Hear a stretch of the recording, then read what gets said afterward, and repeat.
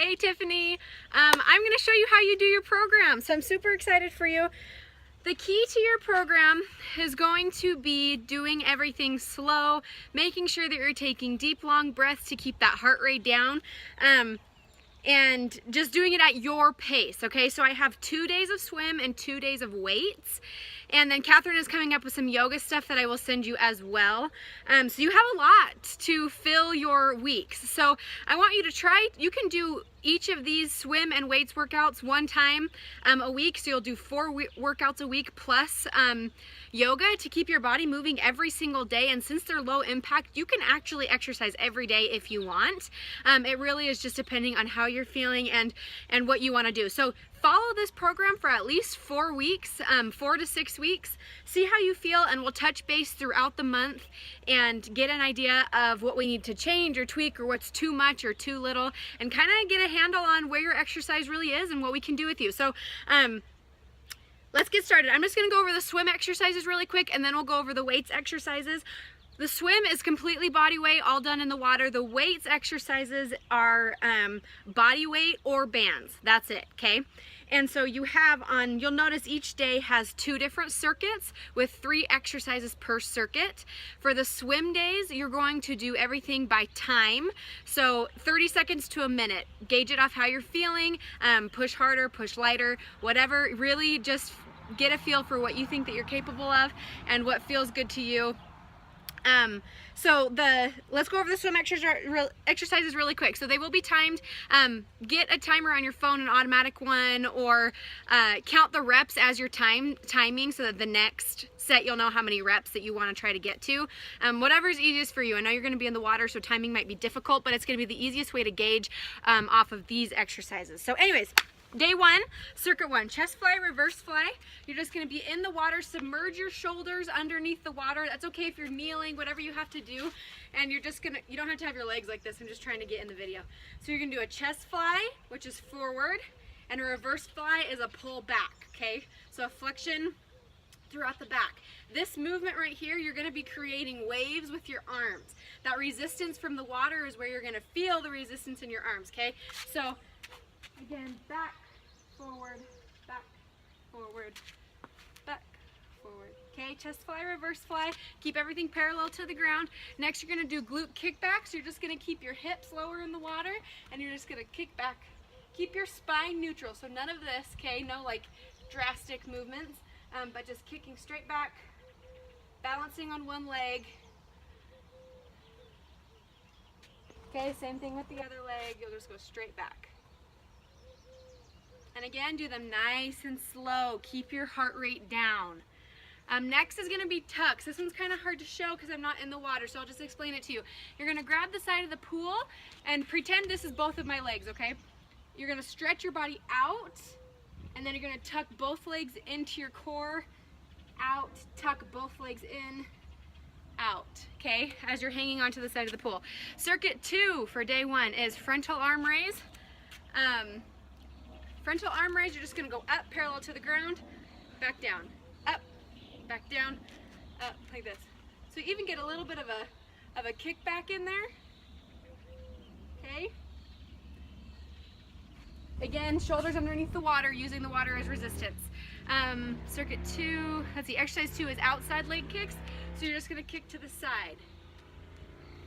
Legs underneath the water, creating resistance with the water.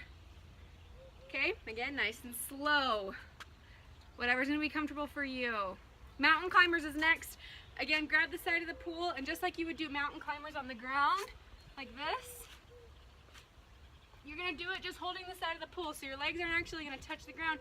You're just going to tuck your legs in, other leg, okay, holding onto the side of the pool. Okay, day 2 circuit. Lateral arm raise, you're just going out parallel to the ground. Okay. Front leg kicks, you're just going to kick forward this time. Balancing on that one leg.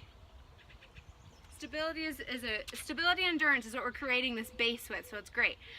And then next is side to side tuck. So just like you were doing in circuit 1 where you're tucking your legs in, I want you to do the same thing, but you're going to tuck side to side with both legs, okay? It's like a cross between a mountain climber and a tuck. So hanging onto the side of the pool, you're crossing, crossing, crossing with both legs up, so tucks. Okay, circuit 2 on day 2 is pulls.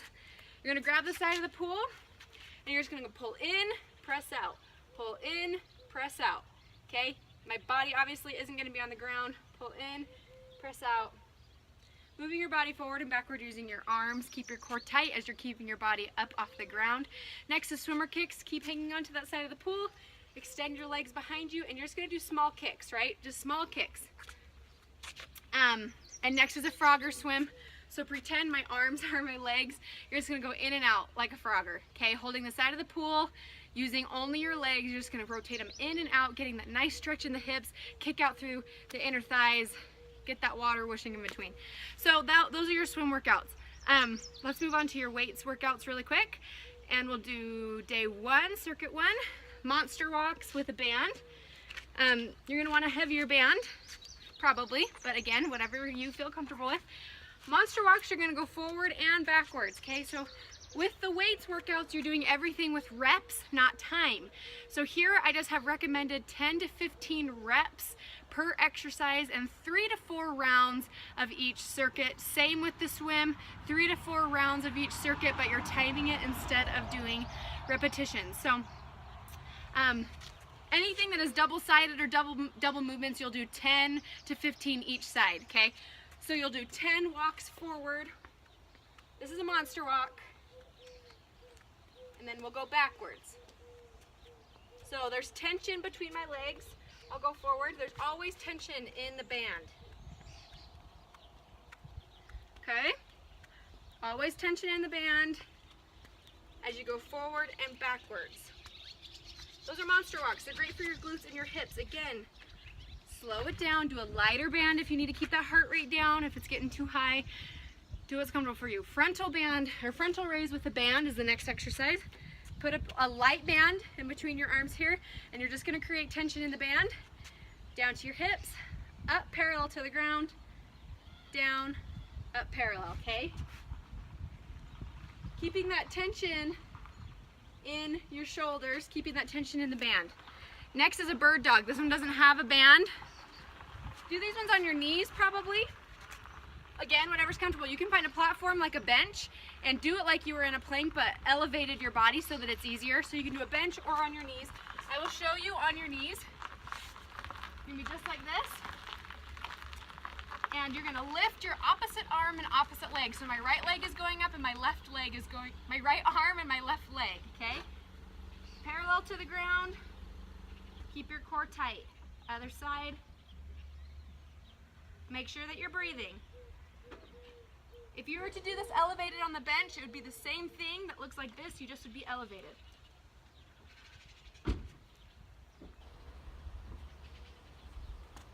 So do what feels best to you. These are great for your core, but also low impact to help keep that heart rate down. So next is, next circuit for weights day is squats with a band. So you're gonna put a band just above your knees, on your thighs, okay? Feet about shoulder width apart, and just keeping tension in that band. You're gonna squat down, squat up, nice and slow. If you have to take a big breath in between, let your heart rate come back down, squat, back up. Big breath. Nice and slow in the squat movement. Couple seconds down, hold it at the bottom, couple seconds up, let that heart rate come back down and do another rep. Next is wall push-ups. So just find a wall. My kids and my husband just got home. So find a wall and you're just gonna press against the wall.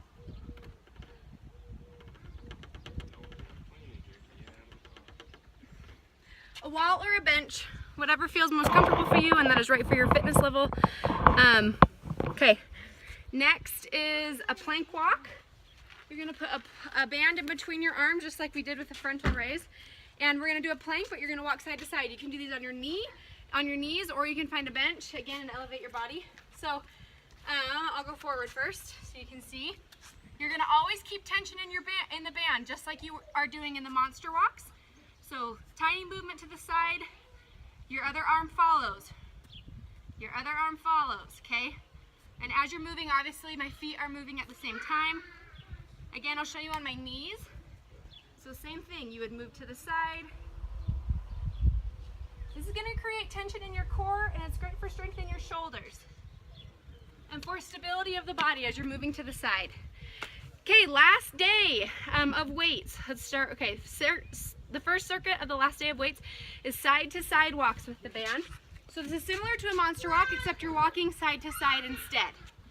So you go 10 to 15 reps one way, 10 to 15 reps the other way. Again, nice and slow, breathe in between. Tension is always in the band. Always create that tension. This is gonna help with the outsides of your glutes and keep your core nice and tight, as well as your adductors as you're slowing the movement in, okay?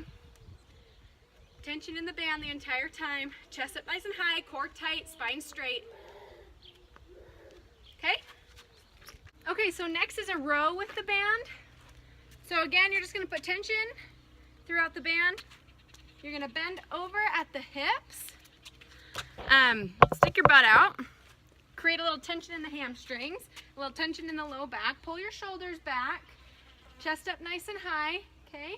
Tension in the band, and you're just gonna row. You're gonna pull your elbows back toward your hips, back, forward, back, forward, back, okay?